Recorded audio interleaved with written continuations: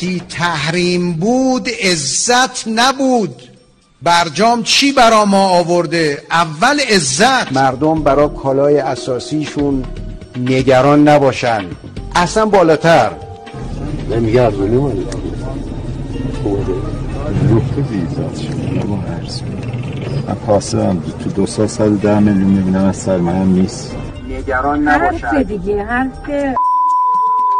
این هست میگه دیگه یه چیزا همچنان رونق اقتصادی شده دیگه.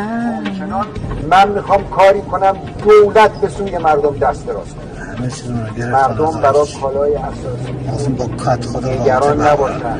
نباید بگذاریم در خانه‌ای جوانی بیکار بماند. همه رو میتونی سرکارم دیگه. همه رو میتونی سرکارم. بده مگه